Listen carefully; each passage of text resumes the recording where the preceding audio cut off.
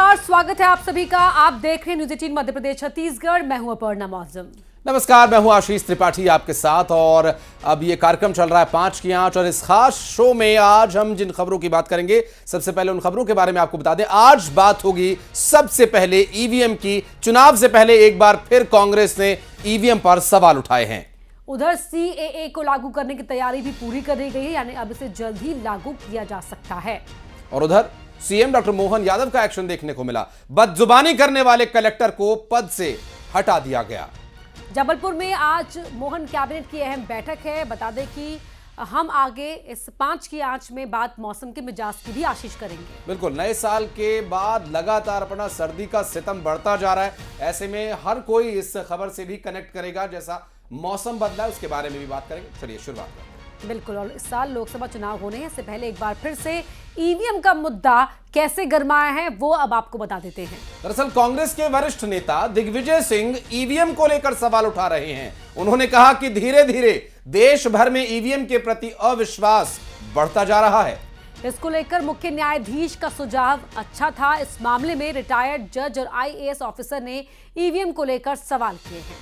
चुनाव आयोग ने प्रश्नों की पावती तक नहीं दी। दरअसल कांग्रेस के साथ 18 अन्य दलों ने चुनाव आयोग से मिलने का समय मांगा, लेकिन हमें समय नहीं दिया गया, दिग्विजय सिंह का कहना। और दिग्विजय सिंह ने कहा कि हमारी मांग है कि वीवीपैट हमारे हाथ में दिए जाएं, उसे देखकर मत पेटी में मत डाला जाएगा। मतदाताओं की लड़ाई लड़नी पड़ेगी, जो होगा सो देखेंगे। और हमारी मांग क्या है? अरे हमारा वोट हमारे हाथ में दे दो तो हम उसको देख के डाल दें। पहले उन्होंने 2014 में क्या दिया था? बहुमत 2072 पे आता, 284 आए। फिर कहा था 300 पार, 303 आए। अब कह रहे 400 पार। अब अगली उसके बाद कह देंगे 542। वहीं दिग्विजय सिंह के बयान पर अब बीजेपी ने किया है पलटवार। बीजेपी प्रवक्ता ने कहा कि चुनाव आयोग ने शंकाओं के समाधान को लेकर बैठक बुलाई। तब कांग्रेस से समाधान क्यों नहीं किया? कांग्रेस को पराजय पर जनता के बीच जाकर मंथन करना चाहिए। कांग्रेस और दिग्विजय सिंह जहां पराजित होते हैं वहां ईवीएम की बात करते हैं। हमने तो पहले ही कहा था कि चुनाव में हारेंगे और ईवीएम की बात करेंगे। जब चुनाव आयोग ने इनकी सारी जितनी भी शंकाएं थी उसका समाधान करने के लिए बैठक बुलाई, उसमें ये पूछा गया कि कौन सी तकनीकी खामी आपको नजर आती है जिसमें आपको गड़बड़ी की आशंका है। तब इन लोगों ने सारे मुद्दे क्यों नहीं चुनाव आयोग इलेक्शन कमीशन के सामने उठाए, क्यों नहीं उस बैठक में गए? जब हार जाते हैं, कर्नाटक में जीत जाते हैं, हिमाचल में जीत जाते हैं, छिंदवाड़ा में जीतते हैं, तब क्यों नहीं उठाते हैं कि नहीं नाच न जाने आंगन टेढ़ा, जनता आपके साथ है नहीं, ईवीएम की कभी बात करेंगे कभी। और आपको ईवीएम के इतिहास के बारे में भी बताएंगे, लेकिन फिलहाल आपको लिए चलते हैं जबलपुर, जहां पर मुख्यमंत्री डॉक्टर मोहन यादव इस वक्त मौजूद हैं और वो क्या कुछ कह रही है, सुनवाते हैं आपको। हम सब उनके आशीर्वाद से इस जबलपुर की धरा पर परमात्मा का दिए गए क्षण क्षण को अपने जीवन के स्वर्णिम अवसर मान करके अपना जीवन भी धन्य करते हुए हमारे अपने सभी सपने को परमात्मा साकार करे, इसी आशा और आकांक्षा के साथ बैठे हैं। तो मां नर्मदा हम सबको आशीर्वाद दे, हम उनका जयकारा करेंगे। नर्मदे हा। हम सब सौभाग्यशाली हैं परमात्मा की दया से। ये ऋषियों और मुनियों की धरती, सनातन संस्कृति जिसके हम सब वाहक हैं, और जावली ऋषि की धरती जबलपुर जिसकी एक विशेष अलग पहचान है। और ऐसा भी कहते कि ये हमारा अपना मध्य केंद्र भी है। इस केंद्र के इस मंच के ऊपर विराजमान हमारे अपने भारत सरकार के मंत्री, यशस्वी मंत्री माननीय फग्गन सिंह कुलस्ते जी, जोरदार तालियां बजाए फग्गन सिंह जी के लिए, केंद्रीय मंत्री। अभी अभी जिनने मेरे पहले भाषण समाप्त किया, हमारे यहाँ के प्रदेश भारतीय जनता पार्टी के यशस्वी अध्यक्ष शुभंकर अध्यक्ष, और आपके अपने यहाँ के बहुत अच्छे कुशल संगठनकर्ता और खजुराहो के सांसद, जोरदार तालियां माननीय वीडी शर्मा जी के लिए भी। हमारे अपने जबलपुर के पूर्व सांसद और अपनी इस नई नवगठित सरकार के यशस्वी लोक निर्माण मंत्री अब किसी को भी सड़कों के मार्ग से जाना हो, आना हो, काम कराना हो, बिना राकेश जी के उद्धार नहीं। जोरदार तालियां माननीय राकेश सिंह जी के लिए। हमारे बहुत वरिष्ठ मंत्री माननीय विजय शाह जी, जोरदार तालियां बजाओ विजय शाह जी के लिए। ये राज परिवार से आते हैं और लगातार 8 बार से अपने हर बार लीड बढ़ाते जाते हैं। जो काम दो, जैसा काम दो, लगातार कांग्रेस के लोग परेशान है कि आदमी जीतता क्या है कि और कैसे जीतता है, और हर बार वोट बढ़ते जाते हैं। जोरदार तालियां विजय शाह जी के लिए भी। हमारी सांसद सुमित्रा वाल्मीकि दीदी के लिए जोरदार तालियां बजाओ। बहुत अच्छे, और अब तालियां बजते रहना चाहिए। हमारे पूर्व मंत्री और यशस्वी नेता, और जो काम दो उसको बहुत अलग अच्छे प्रकार से करने वाले हमारे सबके वरिष्ठ भी हैं। अजय विश्नोई जी के लिए जोरदार तालियां, अजय भाई के लिए। जो काम दो वो अलग प्रकार से करने के हमेशा एक विशेष पहचान बनाने वाले मेरे विधानसभा के साथी। मैं भी 3 बार का विधायक, वो भी 3 बार के विधायक, मैं भी विविध प्रकार काम करता हूं, वो भी करते हैं। बस थोड़े से ही मेरे से छोटे हैं, लेकिन आपके बहुत अच्छे नेता हमारे अशोक रोहाणी जी के लिए जोरदार तालियां बजाए। अशोक जी के लिए। सुशील तिवारी जी, सुशील जी कहाँ हैं? जोरदार तालियां। इंदू भाई तिवारी ना, इनका नाम क्या है? इंदू तिवारी। तो मेरे को सुशील तिवारी क्यों लिख दिया है? सुशील तिवारी इंदू। हम तो इंदू तिवारी जानते हैं आपको भैया, ये डबल नाम है। लेकिन चलो जोरदार तालियां बजाओ तिवारी जी के लिए भी। और अभिलाष पांडे, किसी की कोई अभिलाषा हो न हो, हमारा अभिलाष की अभिलाषाएं सदैव परवान चढ़ती रहे। जोरदार तालियां अभिलाष पांडे जी के लिए। नीरज ठाकुर जी, जोरदार तालियां नीरज जी के लिए। बरगी के हमारे बहुत होशियार विधायक, बहुत अच्छा काम करने वाले। इसी प्रकार से संतोष बरगड़े जी के जोरदार तालियां। संतोष जी आप आगे बढ़ो, हम आपके साथ हैं। और हम सबको 8 में से लगातार दोनों जिलाध्यक्ष, पहले प्रभात साहू जी जोरदार तालियां बजाओ, और दूसरा सुभाष तिवारी जी। 8 में से 7 विधानसभा आपके दोनों के अपने अथक मेहनत से सभी कार्यकर्ताओं के लिए जोरदार तालियां बजाओ। एक तरह से दिल खोल करके आपने नवगठित सरकार के लिए अपने पुष्पों से हमारे अपने इस वर्तमान के विकास के मार्ग को प्रशस्त किया है। रिंकू जी, जोरदार तालियां रिंकू जी के लिए बजाएं। नगर अध्यक्ष नगर पालिका कमलेश अग्रवाल जी, नेता प्रतिपक्ष, जोरदार ताली बजाते रहो। नाम बताता रहूंगा। श्रीमती प्रतिभा सिंह जी, मदनी मरावी जी, आशीष दुबे जी, अखिलेश जैन जी, और जिनने नाम कम ज्यादा लिखे ये वो जाने। मैं अपनी ओर से सारे लिखे हुए नाम पढ़ करके आपके माध्यम से मेरे दायित्व का पूरा कर रहा हूं। जोरदार तालियां बजाओ समूचे मंच के लिए और आप अपने लिए भी। भाइयों और बहनों, पत्रकार साथियों, सम्मानित नागरिक बंधुओं, आज का दिन जबलपुर के इतिहास में कुछ अलग हटके है। और वो अलग हटके इस नाते से भी है कि हमारे यशस्वी प्रधानमंत्री नरेंद्र मोदी जी के लिए जोरदार तालियां बजा करके हम उनका अभिनंदन करें, वंदन करें। एक ऐसा अद्भुत व्यक्तित्व नरेंद्र मोदी जी का, जिनके अपने नाम लेने मात्र से पूरे शरीर में रोमांच आ जाता है। हमारे को लगता कि हाँ, कोई दुनिया में ऐसा नेता है जिसने भारत को कितनी ऊंचाई तक पहुंचाया। जोरदार तालियां माननीय नरेंद्र मोदी जी के लिए भी। अद्भुत कल्पनाशील, अद्भुत व्यक्तित्व के धनी, और जब जिधर निकल जाए जनता के लिए, वो तो मैं कहते हैं उनके शब्दों में प्रथम सेवक हूं मैं।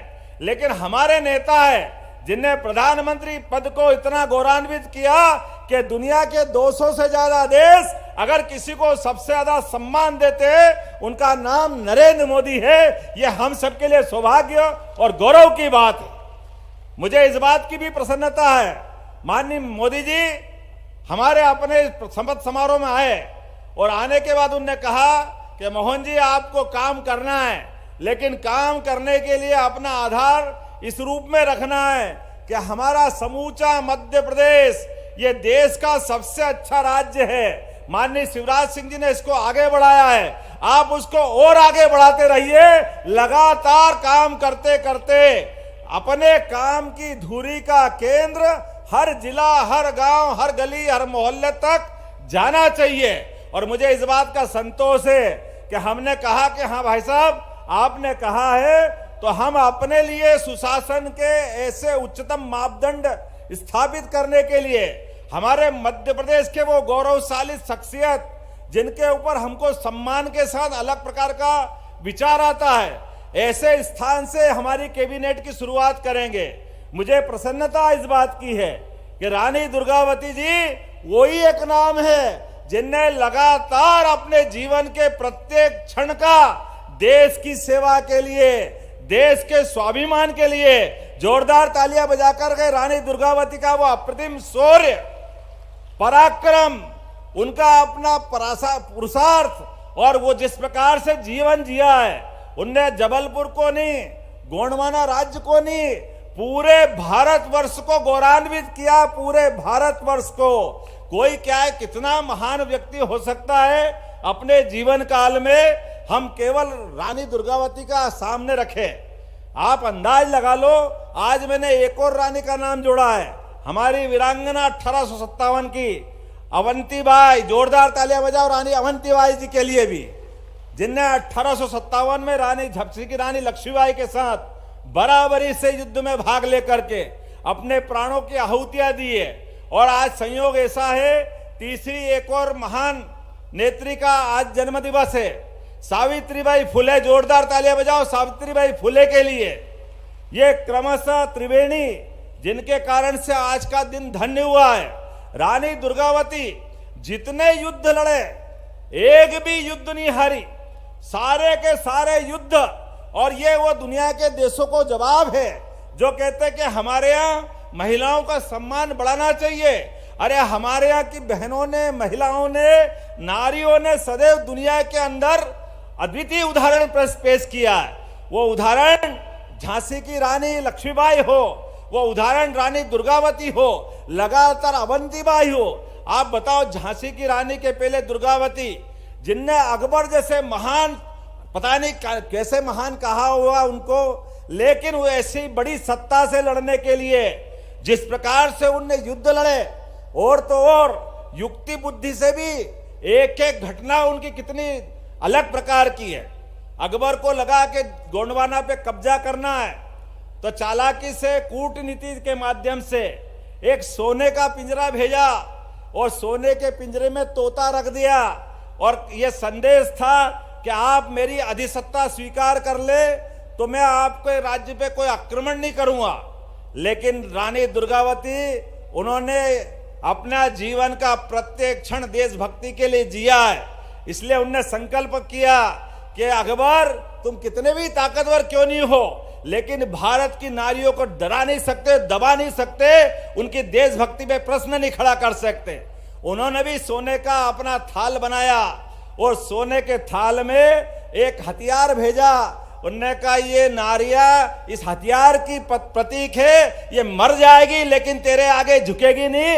ऐसा अप्रतिम और अपना कूटनीति के माध्यम से जवाब देने का काम किसी ने किया है तो रानी दुर्गावती ने किया है। और हम सबको मालूम है उनका वो आखिरी युद्ध, जिस युद्ध में उस समय के काल के प्रवाह में पहली बार तोपों का प्रयोग किया गया। उसके पहले तोप नहीं थी, लेकिन उस समय हाथियों से, घोड़ों से, तमाम प्रकार के युद्ध के सेना के सेनानायक अलग अलग प्रकार से युद्ध लड़ते हैं। लेकिन अकबर की सेना ने पहली बार तोप का प्रयोग करके उस युद्ध में अलग से कूटनीति करते हुए छल किया था, और छल का परिणाम रहा कि रानी दुर्गावती के लिए वो युद्ध का एक तरह से बहुत चुनौती वाला दिन था। लेकिन उसके बावजूद भी उस युद्ध में बड़े पराक्रम से वो लड़ी है, और लड़ने के बाद अपने साथ के अंगरक्षक से कहा था कि ध्यान रखना, मैं आजाद रही हूं, आजाद ही शरीर छोड़ना चाहूंगी, मैं सदैव विजय मार्ग पे बढ़ी हूं। भारत के मान सम्मान के लिए अगर मेरे शरीर की कुर्बानी भी देना पड़े, हमारे लिए कोई अगर पराजय का क्षण आ जाए तो मुझे ये अपनी कटार घोंप के मेरा शरीर समाप्त कर देना। एक खराब समय आया, उस खराब समय में रानी दुर्गावती के आंख में तीर लग गया, पेट में तीर लग गया, युद्ध एक तरह से अलग प्रकार की स्थिति में पहुंचा। तो जो जिसको ड्यूटी दी थी, जिसको जवाबदारी दी थी, उसके हाथ पांव कांपने लगे। जिस मां समान शासिका के वो पूरे जीवन की रक्षा करते आया, वो कैसे उनके बारे में सोच सकता था। वो अलग प्रकार से सोचने लगा। रानी ने देखा कि मेरे जीवन के समय थोड़ा सा बहुत कम बचा है। वो ललकारते हुए सैनिक से बोली, तेरे को क्या जवाबदारी दी थी, चल तेरे को जो काम करना कर। लेकिन वो अगर डरा और वो कर नहीं पाया तो उससे कटार छीनी और अपने शरीर में घोप करके परमात्मा के यहाँ चली गई। लेकिन भारत मां को लज्जित नहीं होने दिया। ऐसी परम प्रतापी शासिका रानी दुर्गावती, उनका जीवन प्रत्येक क्षण हमारे लिए सम्मान का है। वो न केवल जबलपुर, पूरे देश के लिए मान सम्मान का है। अगर हम कैबिनेट रखते हैं उनके लिए, तो और कैबिनेट किसके लिए रखना चाहिए? ऐसे अप्रतिम योगदान के लिए आजादी के अमृत काल में अगर हम उनको स्मरण नहीं करेंगे तो किसको स्मरण करेंगे? ये ऐसे आदर्श लोगों को भूलने का काम पुरानी सरकार की पार्टियों ने किया था। ये हम इस बात को हटाने के लिए, अपने उस पुराने गौरवशाली मान सम्मान को लाने के लिए, और कांग्रेस के मित्रों से भी कहना चाहते हैं कि काल के प्रभाव में ऐसी गलतियां आपसे हुई थी, आप क्षमा मांगो झांसी की रानी से, आप क्षमा मांगो रानी दुर्गावती से, आप क्षमा मांगो रानी अवंतीबाई से, क्योंकि आपने उनको पाठ्यक्रम का हिस्सा नहीं बनाया। हम अपनी नई शिक्षा नीति में इनको पाठ्यक्रम का हिस्सा बना करके उसी दिशा में आगे बढ़ेंगे। नई शिक्षा नीति में इन ऐसे गौरवशाली पृष्ठों को शामिल नहीं करेंगे तो बच्चों को क्या शिक्षा देंगे, कैसे आगे बढ़ेंगे? फिर एक बार हम जोरदार ताली बजाएं मोदी जी के लिए। पिछले समय में 100 करोड़ से ज्यादा लागत के रानी दुर्गावती स्मारक का उनने भूमि पूजन किया था। वो पूरा प्रोजेक्ट तो हम करेंगे ही करेंगे, लेकिन आपको आश्वस्त करना चाहता हूं, नई शिक्षा नीति में उस बात को भी हम रेखांकित करेंगे जिसमें रानी दुर्गावती, रानी अवंतीबाई और ऐसे सभी गौरवशाली जो महापुरुष हैं या रानियां हैं, उन सबको हम स्थान देने वाले हैं। आज के इस अवसर पर मैं आपके सामने, चूंकि ये हमारे लिए जिस जगह पे मैं खड़ा हूं, अभी हमने माननीय मोदी जी की बात कही है, और मोदी जी के लिए बहुत अच्छा नारा हमारी सरकार ने बनने के पहले चला था कि एमपी के मन में मोदी और मोदी के मन में एमपी। इसलिए विकास के सभी कामों को मोदी जी लगातार आगे बढ़ाते रहे और आपका हमारा सबका ये कारवां विकास के मामले में चलते रहे। तो आज के अवसर पर लोकार्पण के 400 करोड़ से ज्यादा 409 प्रकार के अलग अलग विकास कार्यों का आज हमने भूमि पूजन किया है। इसी जबलपुर के इस कार्यक्रम के माध्यम से जोरदार तालियां बजा करके नए विकास कार्यों के आप साक्षी बनिए।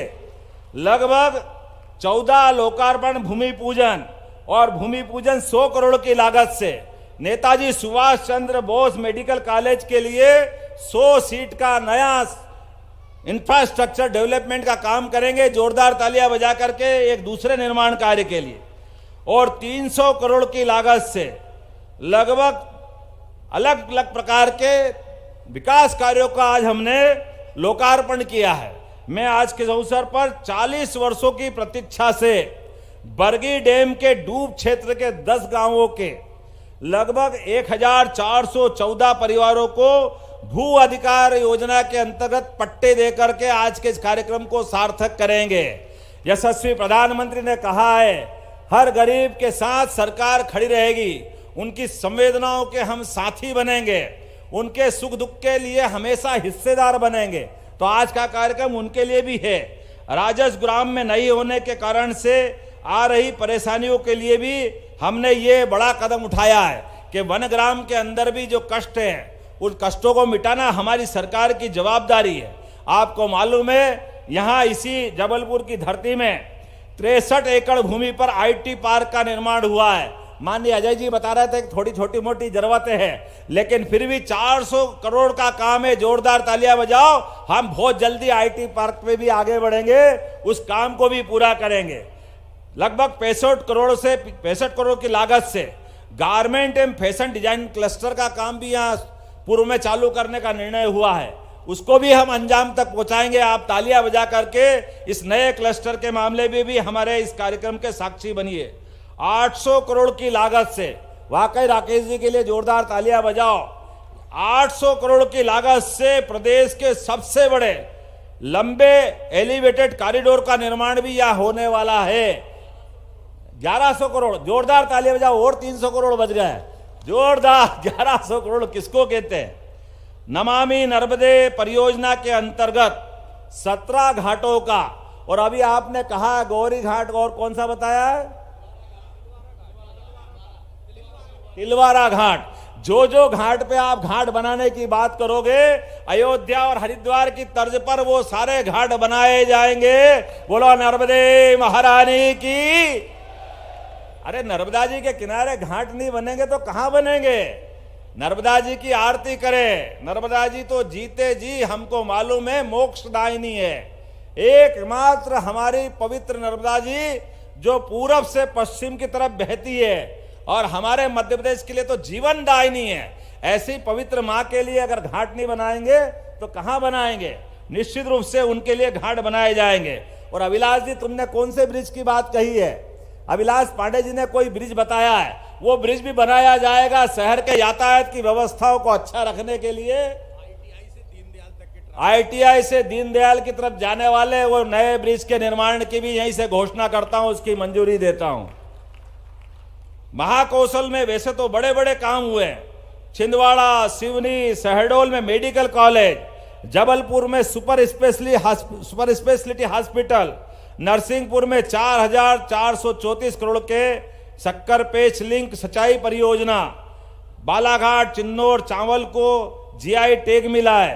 बालाघाट, डिंडोरी, मंडला, आप मत चिंता करिए, पूरे संभाग के अंदर आज मैंने आते ही सबसे पहले आपके यहाँ इस क्षेत्र में भविष्य में उद्योगों की श्रृंखला चालू हो, और उद्योग भी ऐसे नहीं हो कि केवल बड़े बड़े लोग बड़ी बड़ी मशीन से धन कमा के ले जाए। हमने कहा हर जिले में ऐसे उद्योग लगाए जाए जिससे लोगों को रोजगार मिले, काम धंधा मिले, उनके जीवन में खुशहाली आए। इसलिए इस पे हमने बड़े पैमाने पे काम किया है। एक एक जिले के अंदर हमारा अपना महाकौशल एक अलग प्रकार से उद्योग आधारित दिखाई दे। जैसे तो यहाँ बहुत सारी कृषि आधारित बहुत सारी संभावना है, फूड इंडस्ट्री को लेकर भी, और दूध के लिए भी यहाँ बहुत बड़ी संभावना है। लेकिन वनोपज और पशुपालन का व्यवसाय भी बहुत बड़े पैमाने पर होता है। इन सब क्षेत्रों में जितने प्रकार से लोगों को लाभ मिल सकता है, ये सारे के सारे काम करने की आज हमने डिटेल प्लानिंग बनवाई है, और अभी अभी कैबिनेट करने वाले हैं। कैबिनेट में भी बहुत सारे निर्णय आएंगे, लेकिन ये बात यहाँ खत्म नहीं होगी। ये लगातार विकास का सिलसिला चलता रहेगा। इस दिशा में कोई कोर कसर नहीं बाकी रहेगी। सबको लेके आगे चलने का मध्य प्रदेश सरकार का माननीय मोदी जी के नेतृत्व में संकल्प है। मैं आप सबके माध्यम से भी संकल्प करना चाहता हूं। यद्यपि हो सकता है लोकसभा चुनाव में अब ज्यादा देर नहीं है, लेकिन ये पूरा अंचल विकास के मामले में निश्चित रूप से भारतीय जनता पार्टी के साथ खड़ा है। और मैं भी आपको वादा करता हूं, आपने जो अपार स्नेह और अपना आशीर्वाद भारतीय जनता पार्टी को दिया था, इसी आशा और स्नेह के साथ भारतीय जनता पार्टी विकास के नए नए सोपान गढ़ती जाएगी, नई नई ऊंचाइयों तक बढ़ती जाएगी। आज ये कारवां आगे बढ़ा है। कुछ समय बाद लोकसभा चुनाव होंगे। मुझे पूरा भरोसा लोकसभा चुनाव में भी इसी प्रकार से प्रचंड बहुमत की सरकार पुनः मोदी जी की बनेगी। जोरदार ताली बजाए 2024 के लिए, क्योंकि हम नहीं कह रहे हैं, दुनिया के बाकी देशों के बड़े बड़े समाचार पत्रों ने सर्वे कराए, वो कह रहे हैं कि अब 400 पार, अब की बार 400 पार, मोदी जी के नेतृत्व में जीत अपार। ये जो विश्वास मोदी जी का बढ़ रहा है, और हम तो सौभाग्यशाली हैं। आपके अपने जबलपुर से चित्रकूट दूर नहीं है। अयोध्या में क्या हुआ है और क्या होने वाला है, बोलो जय जय श्री राम, जय जय श्री राम। अरे आप तो सौभाग्यशाली हो। ये हमारा सतना, चित्रकूट, रीवा का क्षेत्र आज पुनः लगभग 17 लाख साल पहले के भगवान राम का वो काल हमारी आंखों के सामने दृश्यमान होने जाएगा। भगवान राम अपने गर्भगृह में 22 जनवरी को यशस्वी प्रधानमंत्री नरेंद्र मोदी जी की मौजूदगी में हमारे लिए वो अद्वितीय क्षण रहेगा, जब अपने भगवान का प्राण प्रतिष्ठा का गर्भगृह में प्रवेश का अद्भुत क्षण बनेगा। इस अवसर को मध्य प्रदेश सरकार भी भूलने वाली नहीं है, क्योंकि हमको मालूम है वनवास का सबसे लंबा समय हमारे अपने चित्रकूट की धरती पे भगवान ने काटा था। इसलिए आज के इस अवसर पर मध्य प्रदेश सरकार ने हमारी पिछली कैबिनेट में निर्णय किया, हमने बात कही है कि हमारे अपने प्रत्येक भगवान राम के चरण जा पड़े, उस चरण में पड़ने वाले स्थान को तीर्थ बनाएंगे। प्रत्येक स्थान पर वो अपने लिए अद्वितीय एक अवसर मिले जिसमें भगवान राम की जीवन की अलग अलग घटनाओं से हम अपने जीवन में सीख हासिल करें। हम सब आज के उस अवसर पर संकल्प कर रहे हैं कि 22 जनवरी को तो हम जो जहां रहेगा, जिसको बुलावा आया वो अयोध्या जाएगा, जो यहाँ रहेगा वो हर स्थान पर अपने अपनी जगह भगवान राम को स्मरण करते हुए दिवाली मनाएगा। लगभग 20 दिन का समय है। सरकार भी राम भक्तों के मार्ग पे जिनको अयोध्या जाना है, हमको मालूम है काल के प्रवाह में अतीत में बहुत हमारे घाव हैं। जब राम भक्तों पे बॉर्डर पर यूपी की सरकार ने गोलियां चलाई थी, डंडे बरसाए थे, अत्याचार किए थे, वो सरकार कोई और थी। अब हमारी सरकार है, जो राम दर्शन के लिए जाएगा पुष्पों की वर्षा करके राम भक्तों का अभिनंदन करने का काम हमारी सरकार करेगी। हम और आप मिलकर के वो ऐतिहासिक क्षण में साक्षी बनेंगे। मैं आज आपसे आह्वान करना चाहता हूं कि सरकार के माध्यम से हमारे जितने बड़े बड़े मंदिर हैं वो सारे मंदिरों पे विद्युत सज्जा की जाएगी, अलग प्रकार की पुष्पों की वो सजावट की जाएगी। हमारा एक दिवाली हुई, दूसरी दिवाली हुई, एक दिवाली तो हमारी अपनी कार्तिक मास की रही है, दूसरी दिवाली जनता पे माननीय मोदी जी के आह्वान के कारण से 3 दिसंबर को मनी थी, और अब तीसरी दिवाली मनेगी 22 जनवरी को। प्रभु राम का वो अद्वितीय घटनाक्रम अपने आंखों के सामने गुजरेगा, हम सब साक्षी बने। मेरी बात से सहमत हो तो अपन सब खड़े हो जाए, दोनों मुट्ठी बांधे हाथ की, और संकल्प रहे ये जो अपना प्रभु राम का जो विश्वास हम पे है, राम राज्य की जो कामना हमने की है, यशस्वी प्रधानमंत्री ने जो काम करते करते लोगों का, गरीबों का, युवाओं का, महिलाओं का, सभी लोगों का दिल जीता है, ये विकास का कारवा लगातार बढ़ते जाएगा। तो बोले मेरे साथ भारत माता की जय, जय श्री राम, जय जय श्री राम। बोले रानी दुर्गावती की, रानी अवंती बाई की, नर्मदे हर। बहुत बहुत धन्यवाद माननीय मुख्यमंत्री जी, आपके ओजस्वी वचनों के लिए। विकास किया था, विकास किया है।